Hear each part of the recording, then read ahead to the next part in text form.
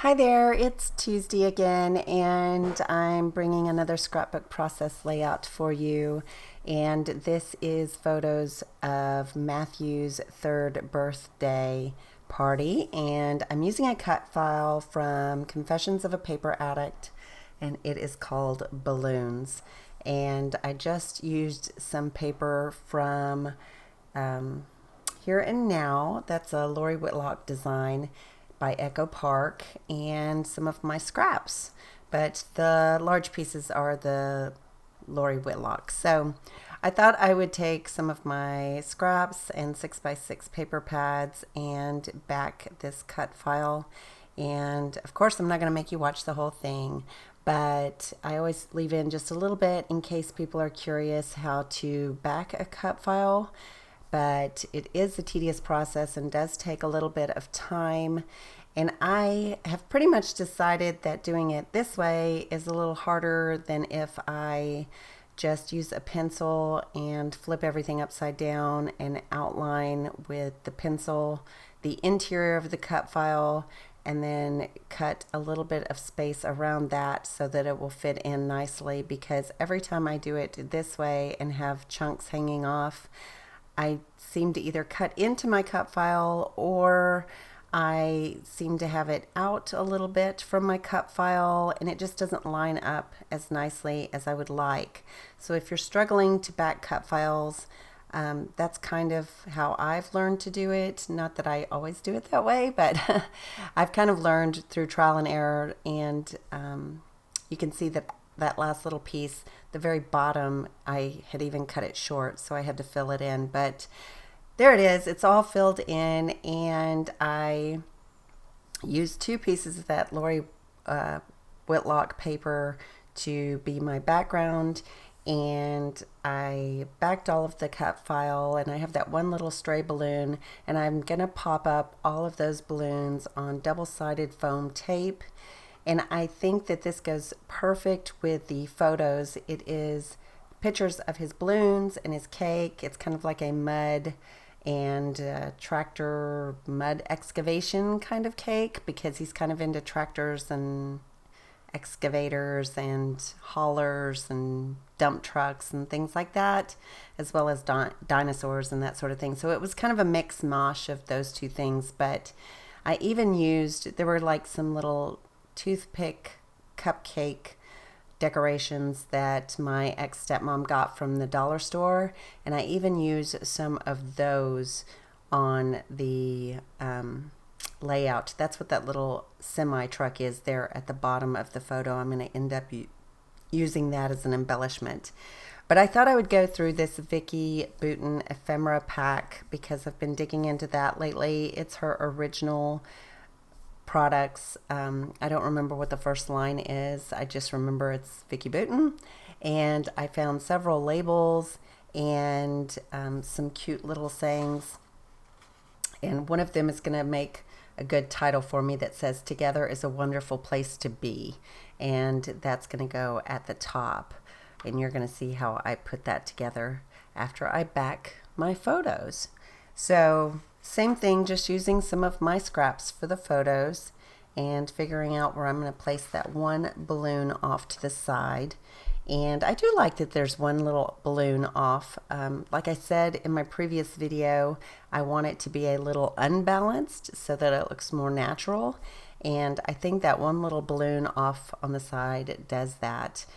And you wouldn't believe how hard it is to get little teeny tiny foam double-sided tape on the strings of the balloon. So I'm glad I made it as large as I did, where it takes up a majority of the page, because those are the teeniest, tiniest little strips ever. And I made it work. I didn't do every single string, but I did quite a few. And it does add some fantastic dimension and realism to the balloons floating. And I might end up adding some chipboard balloons as well that I wasn't sure how I was going to use. But I have found with these photos of Matthew's party and doing some boy layouts that there are lots of products that I could use that I thought I would never be able to figure out a way to use. and especially with the colors and some of them being a little bit more on the masculine side. But I'm glad I saved them because now I've enjoyed using them so much, and he's going to get, well, his parents, or I guess his mother and my ex-stepmother, his grandmother, are going to be the beneficiaries because I'm giving them all of these layouts so that they can put them in an album and start collecting layouts of him as he grows up. So, and I did have that one little star in the Vicky Bouton collection. It's kind of a watercolor reddish blue and white, and I thought it might go nicely on here. It's not exactly the right color, but it works, and I got to use it up. And so I'm just going to pull in some of those labels that I found in that ephemera too. So the black one says do all the things, and the orange one said things are about to get really good. And then I used the little striped arrow, and I don't end up using that one green label over to the right. But as you can tell, this layout took no time. That's the wonderful thing about using cut files, and that's why I've been enjoying them so much, is because you just kind of back them or use them as a stencil, and once you have that down, it's just embellish and go. So it doesn't take a lot of thinking, because you like when you're using a cut file, you don't want to over embellish, but I do like to use embellishments. So it's kind of a yin and a yang. I get all of the color and all of the fun of piling up some embellishments, but you can't go too overboard. So here I pulled in a flare for a button. It's just a bunch of watercolor splatters on a flare, and then these are some ephemera pieces from Saturday afternoon, and that is a One Canoe 2 product. And I'm also going to bring in a wood sticker from that collection that is also a little camera. And so 2 little cameras in the yellow are going to go on this layout as well. I wanted to make sure there wasn't anything else. I don't end up using that giant ice cream cone on this layout. Excuse me. But I do use it on another layout. So that's the other fun thing. All these popsicles and ice cream cones and things that, my kids are too old for, I guess. And I don't really eat ice cream anymore. It was like, what am I going to do with these elements? And kids just make it so easy to scrap. Like, I have had so much fun scrapbooking my grandbaby and scrapbooking Matthew. And of course, my throat is giving me trouble here. I apologize. So these are American Craft Thickers, and they're from a collection called Be Bright. And I'm going to end up putting some little twine on them so they look like they're floating as well. And they say, seek magic, grow slow, best ever, and I think that's it. And at first I just kind of had them there, and I thought, they need little strings on them. So the little strings just worked perfectly, and I'm going to glue those down and let them just hang freely.